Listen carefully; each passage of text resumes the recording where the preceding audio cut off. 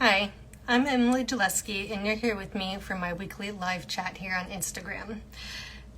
When I was a kid, my elementary school teacher told me I was not good at arts, and I believed her.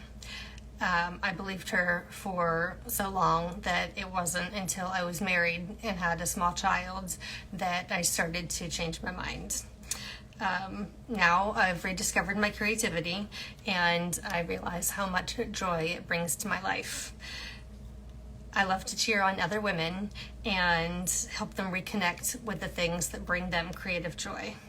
These art chats are a way for me to share my thoughts on issues facing creatives and provide encouragement to you. Thanks for being here with me.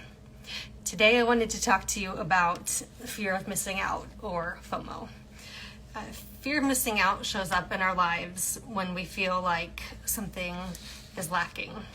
That could be things like experiences, activities with friends, material possessions, career advancement, success, or keeping up with the latest trends, just to name a few things. A lot of what I looked at while I was researching this topic was related to technology, and while I agree that does share a part of it, it certainly makes it easier to see what people are doing.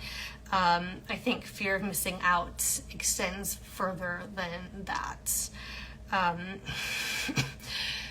FOMO includes things like never saying no, checking your phone, your email, social media platforms often, finding your self-worth in being included in things, seeking validation by comparing yourself to others, the fear of being intentionally left out, worrying about the consequences of opting out of an activity if it's something you don't want to do, and experiencing jealousy when others are doing things without you, whether that activity is something you actually want to do or not. FOMO, fear of missing out, feels real, but it's important to realize the possibility and the probability that we have built those feelings up in our own heads. They're not necessarily an accurate representation of reality. Hi everybody. Hi Nanette, Artist Mind, Wethia, and Gemma. Hi Gemma. So fear of missing out, and that's kind of a mouthful, so I want to gravitate towards saying FOMO, but that just, I'm not a fan of abbreviations either, so I don't really know what the appropriate or what the right term would be. I'm just going to switch back and forth between them, I guess. So fear of missing out translates to the creative world. It can show up in lots of ways,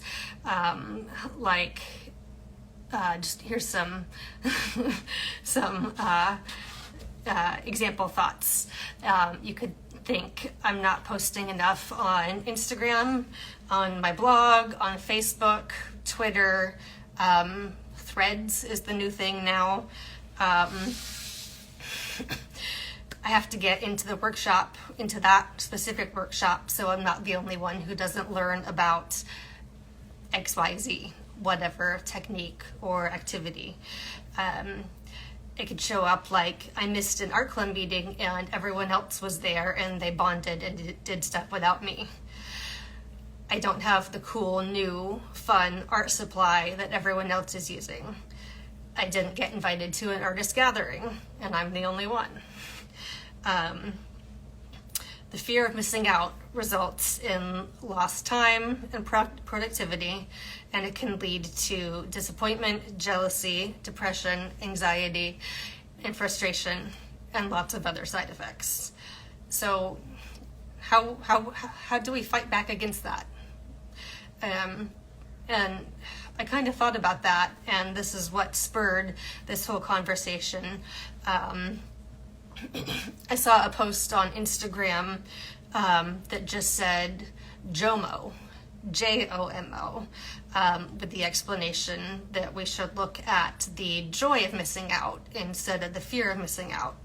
And I don't know if that's a new concept, but this post just a couple weeks ago was the first time I'd heard about it. So basically, the joy of missing out comes when you consciously and intentionally put aside your feelings of missing out or being left out and focus instead on where you can grow. So here's some examples. Being aware of the things that are important to you and only saying yes to the activities that align with those goals. Choosing to follow your own ideas instead of what is popular or trendy.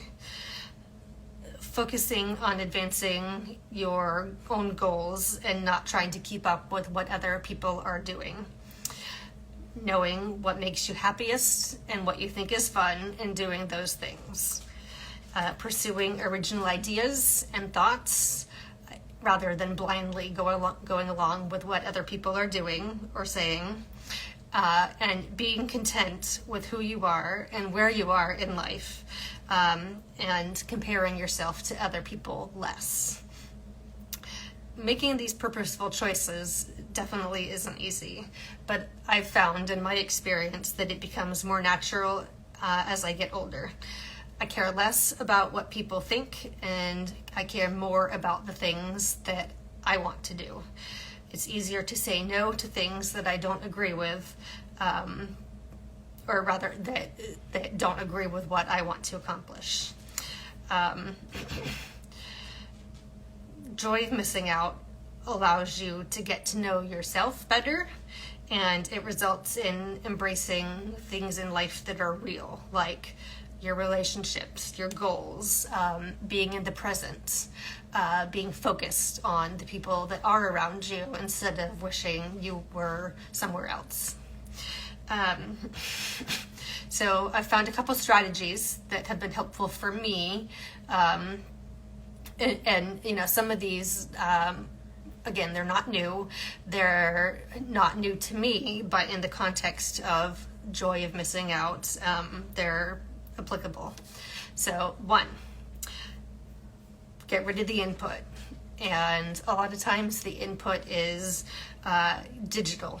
Your phone, a tablet, the computer, usually social media related.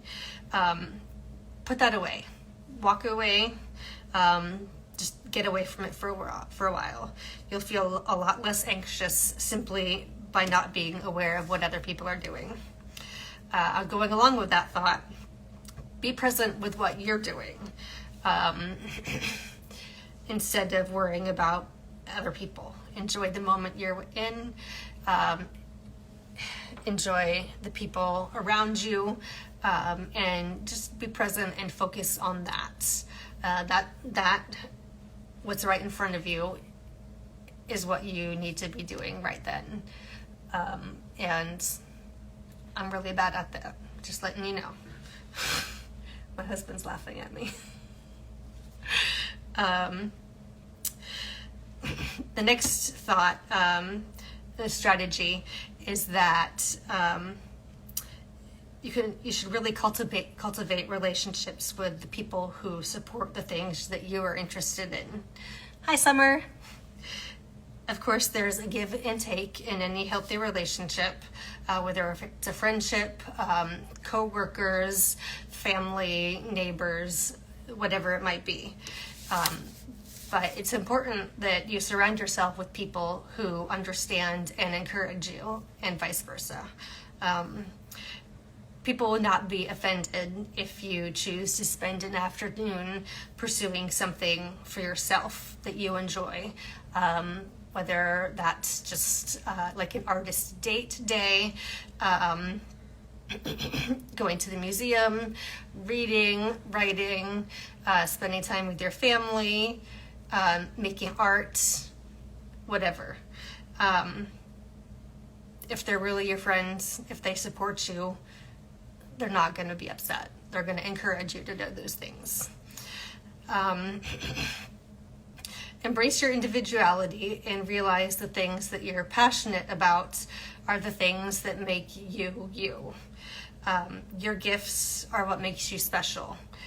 Don't let them go to waste. If you have them and you're not using them, then that's just a shame. That's really kind of sad.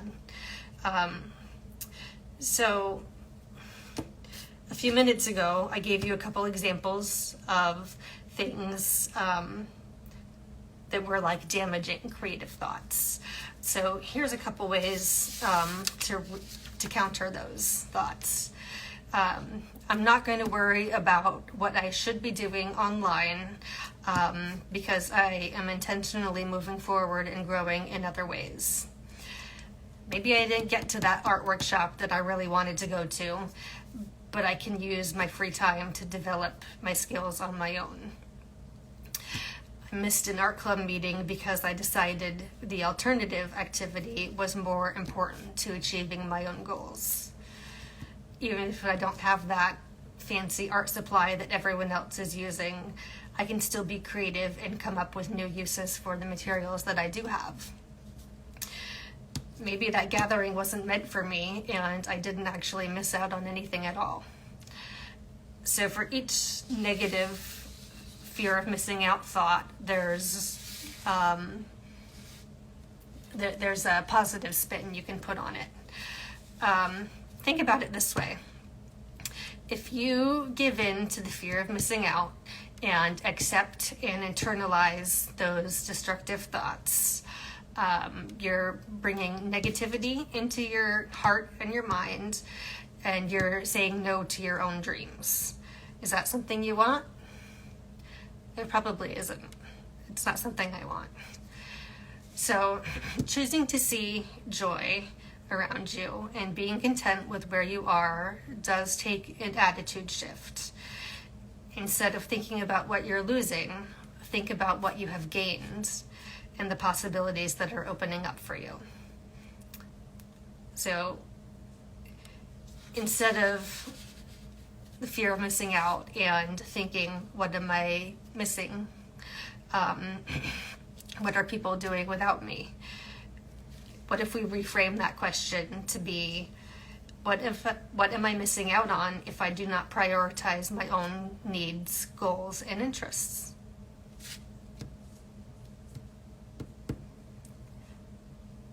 That's a big question, and I want you all to sit and think about that for a while.